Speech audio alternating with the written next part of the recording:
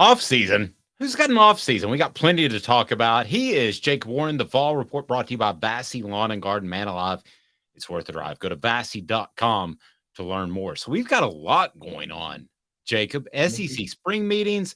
You got a buddy who's throwing heat in the Yeah, bigs. You got a yeah, basketball player who's following your path. I mean, there's a lot going on, Jacob. there is. Yeah, and we're talking about it. Here you go. Some people say you can make a living doing this sort of thing. So here we go. Uh, let's start with Ben Joyce, your buddy, who was Mhm. about this time a year ago. You were nice enough to hook me up with, and had him on this very program, and got to visit with him. Just a super cool dude, and to think of him making his major league debut, that's pretty awesome, and goes to show you what can change in a year. What do you think? Yeah, it is awesome, and I think that it's something that we all look forward to, right? And I know a bunch of the guys that got drafted last year and are in the minors and working their way up and stuff. And so obviously Ben, at least to my knowledge, is one of the first to get pulled up and to actually have that debut and be able to play in that game. And yeah, my dad texted me. I knew he got pulled up, but I didn't realize he was actually going to be pitching this specific game. My dad texted me, was like, "Hey, Ben's pitching." So sure enough, I started streaming on my phone and was able to watch the one inning he pitched. Did a great job, and yeah, it's super exciting and obviously super cool for him and his family, but just great to see him being successful. So for those that don't know, you guys went to Farragut together Yeah. before playing different sports at the same time at Tennessee together. So when did you see that he could throw heat like triple digit heat? What's crazy is that like when we were younger, so I met him probably like sixth, seventh grade maybe. Him and his twin brother Zach, who his twin brother Zach actually plays at Tennessee now. Mhm. But met them like really young, and when we were younger, like they were just little kids, right? They're big guys right now. Like they're man, every bit of 6'4", 6'5". I don't know how much they weigh, but 200 something pounds and it's big muscular dudes. And that was not them when they were younger, right? I was definitely a big kid, right? So I was always, taller and bigger than everybody else. And they were just regular sized kids and they were skinny and had the skinny kid muscles and all that stuff. And then they, as we get through high school and everything, and they start putting on weight and getting a little bit bigger, and they just have these massive growth spurts, like probably our senior year. And now they're 6'3", 6'4", throwing the ball 90 miles an hour. Like, where did this come from? You know what I mean? Like, this is just crazy. So obviously, and then they go to Walters and just continue to utilize the gym and working out and obviously fine tuning his mechanics and their mechanics. And now he's doing that, which is kind of crazy. So it's definitely cool to my little claim to fame, I guess, if you want to call it that. Well, you might be his claim to fame. Could be, yeah. I don't know. Yeah. We'll see. I mean, yeah, when you come out and you're like the next Jason Witten or something, then there Right. you go. Exactly. Um, what sounds more daunting? Getting lit up by a safety coming across the middle or Man, taking a 105-mile-an-hour pitch right in the back? man, I gotta say that I'm not getting in the box. I'll be honest. I'm not getting in the box. I'm So not you even wouldn't even get in. no. Unless I were to tell him like, hey dude, like chill. Like don't do that. Don't throw it that fast. Cause if I get hit, like he's a professional. Quite literally he's a professional now. And like he makes mistakes, right? But if I got hit, I would be so frustrated with him that like it wouldn't even be funny. So yeah, I'd rather take that hit across the middle probably. At least I got pads on. So it wouldn't be funny. I mean, are you saying that could you charge the mount? No, I'd probably charge. I'd be upset. I don't uh, blame you. that's I funny. guess right after the ambulance drives away is when you charge them out, right? Exactly, right. Exactly. It sounds horrible to get hit by a pitch like that. But as far as getting hit by a safety, I don't think I've asked you this question. What's the most memorable hit you've taken where you're kind of like, whoa? I mean, there were a couple times where you were a little wobbly, but you told me afterwards, not really. What's the Yeah. biggest hit you've taken in college ball? There's definitely been times where this is the thing, like a lot of times when you're playing, you take a hit or whatever. This is most times, right? You take just a basic routine hit.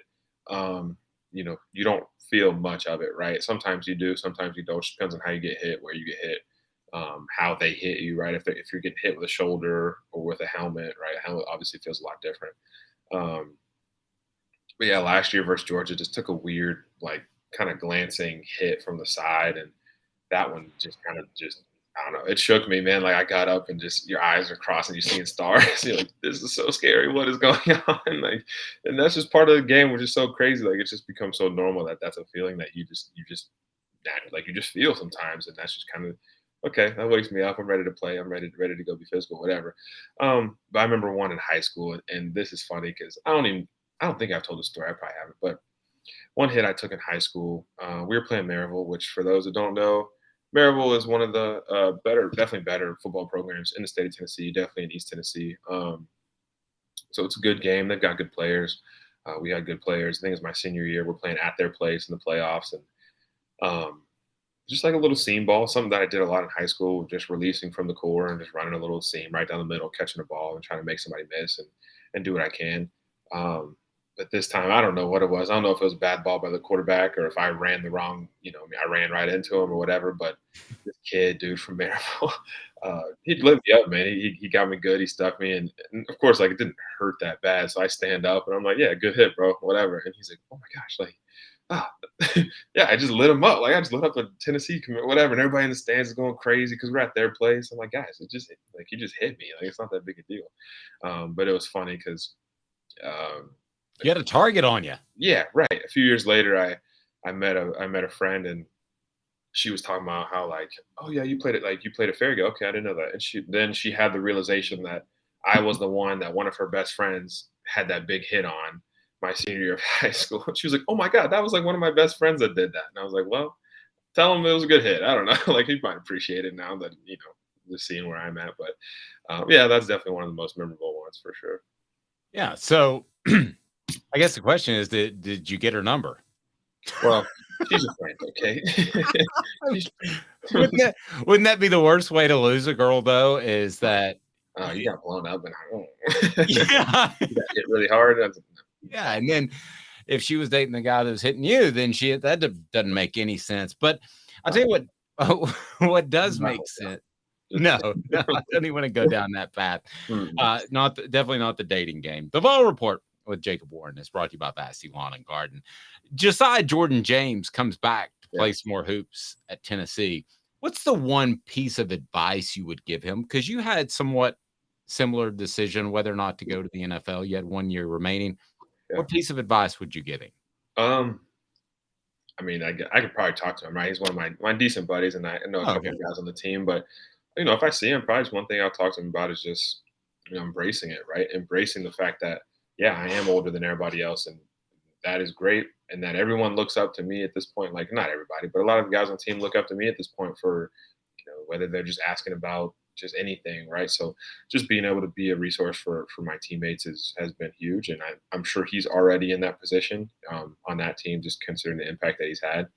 But just continuing to pour into the younger guys and just enjoy it because at the same time, it's like, man, yeah, you had that decision to leave, and making the decision to stay is honestly like pretty freeing, and it allows you to just be happy with the decision because at the end of the day, is I wasn't my hand was not forced in any way. I made this choice, and he made this choice to come back um, because we both think that it's going to be the best for us professionally in our professional careers, and we enjoy being at Tennessee. We enjoy the people that we play with. So yeah, just looking at it as a positive rather than something that's maybe holding you back or knocking you off this timeline that you think you have. How important is it, no matter what decision you made, and you and I've talked about it, but how important is it for him not to second guess it? No matter which decision he made, not Yeah, second guess and look back. yeah, just can't look back, man. The thing is, like, it doesn't matter at this point, right? He has made the decision. It's come out. I don't know how all the rules and stuff work, but I'm sure once he decided that he's, taking his name out of the NBA thing or whatever, that he's here, man, and it's locked in. And so, just being able to move forward and take every day, individually, just try to get better every single day to actually, make that decision worth it, right? At this point, if you go and you just kind of lollygag and you don't really go hard and don't put your best foot forward, then we both just made that decision to come back for that whole year, for nothing, right? We're not actually advancing ourselves. We're not making ourselves any more valuable in the eyes of the NFL or the NBA, whatever it may be. So we're truly just taking it every day, just trying to accomplish the mission that we came back for. He is Jacob Warren. I'm Dave Hooker. The Vol Report with Jacob Warren is brought to you by Vassey Lawn and Garden. Man alive, it's worth the drive. Go to vassey.com to learn more with those industrial and commercial mowers. It's worth the drive to Cleveland, Tennessee from Nashville, Knoxville, or Chattanooga to save a substantial amount of money thanks to their buying power. Vassey Lawn and Garden, vassey.com. Man alive, it's worth the drive. Toro, count on it. So as far as Tennessee as a whole, I was debating this with somebody else, a colleague, and I'm curious what your take on this, and that is the Champions Cup. That was something that's given out in the SEC to who has the highest cumulative score on all sports. Mhm. So I said that's pretty cool that Tennessee won that, and Yeah. he was kind of the mindset. Well, it really just comes all down to football. Probably true for every school other than Kentucky. But how do you view it as not only as a current member of the athletic department, Mhm. but also if you go back to being a prospective athlete, having things to do on campus, having that sort of culture? How significant is that to you now, and do you think it would be then? Um, you mean athletically, athletics-wise? Yes, the Champions Cup goes to Yeah, whoever does the best in all this. gotcha. Yeah, so, I mean, I think that it just makes everything more interesting, right? I think that this, concept of, like, going to games, right, and being a fan of a sport or whatever, um, isn't hard, but it's just different, right? Because the main sport that people go to and are fans of is football, and I won't have the chance to be in the stands for a football game until I'm done playing football. And even then, it'll still be kind of this weird feeling of like not really feeling like just a fan or like I'm just there to observe. But of course, I'm going to be analyzing everything that I'm watching on the field. I'm going to be, you know what I mean, thinking about all the different things that I was doing back when I was playing or whatever it may be. So I think that this is something I've always kind of felt like I missed out on and was really interested to be able to do was go to a football game as a student, right? And just as someone that is just with all my buddies and we get ready for the game and then we drive over and then we go to the stadium, we tailgate, we do all that stuff and just that's something that you don't really get as a football player because we're the ones playing. Now, with that being said, I think that you can find that a lot of different places, right? We really like going to the basketball games. We really like going to the softball games. We go to baseball games. And now that all these teams around us are also really good and really competitive and making runs to the College World Series and winning SEC championships and we have all these good sports and teams around us. It's really interesting to be able to go and have that experience as a fan and just as a just a student, right? Just going to enjoy sports. So I think that's kind of what you were asking, but that's definitely how I feel nowadays versus how it's been in the past, where it's like, why would I want to go to one of those games? Like they, whether and people probably felt that about us too. Like I'm not even bashing any other sport, but people might have felt that way about football. Like why would I go to this game if they're just going to lose or if it's not going to be entertaining or whatever? So Well, no, you're right. There were a lot of times when I was a student on campus, and this was during the mid '90s, that I didn't know that there was a basketball game ongoing right, because they'd gotten so bad and they ran a boring style of offense when they got a little bit better.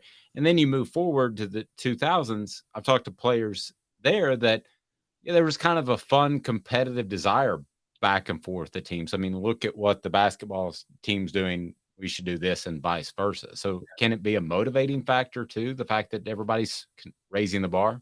for sure. Yeah, that's the new standard, and that's what we want to set is that we're going to be just dominant in every sport and it's not just a football school, right? It's not just a basketball school; it's an everything school. And so, I think you kind of take pride in that too, being able to watch as just a ball in a VFL and just be like, oh yeah, cool. That's really. I take a lot of pride in the fact that our softball team is at the national or is at the World Series right now, and that we've won all these SC championships and all that stuff. So it's definitely really cool to just be a part of.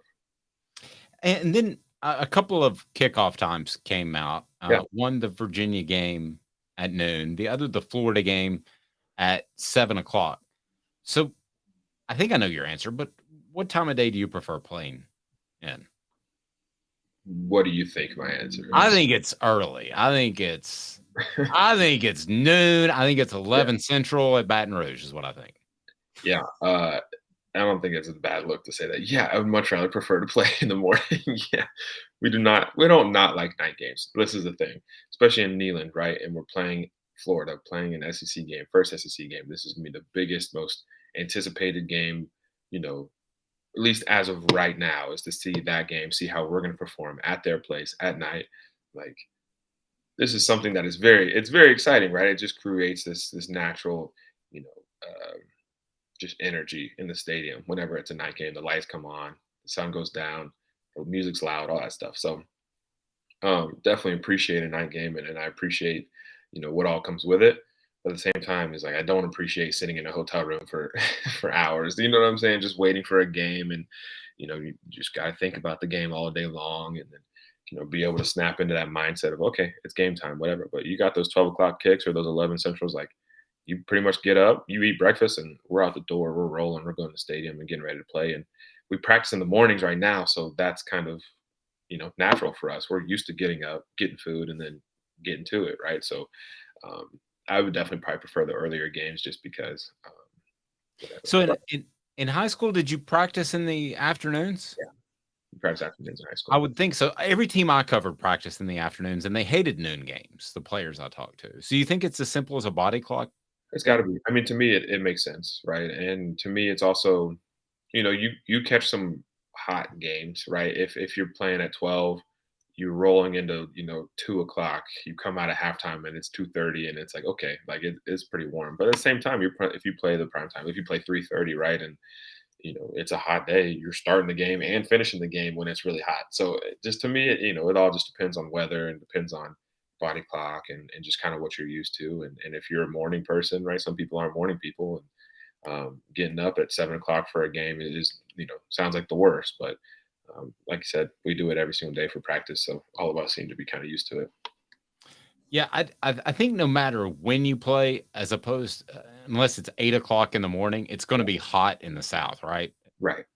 Exactly. Even night games. Most of the time, night games are just muggy, and it'll probably be muggy and hot and stuff in Florida. But obviously, the sun's not coming down on you. But still, No, absolutely. So, as far as when you're on the road as opposed to at home, how Mhm. much more difficult is it to pass the time when you do have a night game? Yeah. I mean, it's really honestly the same. We have not necessarily a routine that I do in the hotel, but you get there the day before, and this is the same thing in a home game, right? We get there on Friday after or Friday evening. You eat dinner, have a lot of time to spend with just family. So for away, generally that means probably just my parents that'll come to away games, and sometimes grandparents and stuff, or people that are in the area that we know. But they'll come to the hotel, and we'll get a chance to just kind of chat and just talk and whatever, and then we go up, we'll play board games, we'll do whatever. Next morning, wake up, eat breakfast, probably play more board games. We get to watch a lot of the games that are actually on TV, right? So that's the one thing about night games is I don't really get to watch a lot of college football unless I have a night game that day, just because if I got a night game, I'm not getting ready till 4 or something, whatever. So I can watch that 12 o'clock game pretty much all the way through, and then I can watch some of that 3:30 game and then get a little bit of it before we have to get ready. So that definitely is a perk for sure. But we spend a lot of time playing cards and playing board games and watching TV, taking naps, just doing all those regular things. So kind of just becomes regular by the end of the season. Good deal. He's Jacob Warren. The Vol Report with Jacob Warren is brought to you by Vassey Lawn and Garden. Man alive, it's worth the drive. Go to Vassey.com to learn more, and they will save you money with their buying power. Toro, count on it. For Jacob, I'm Dave Hooker. This has been a presentation of Off the Hook Sports.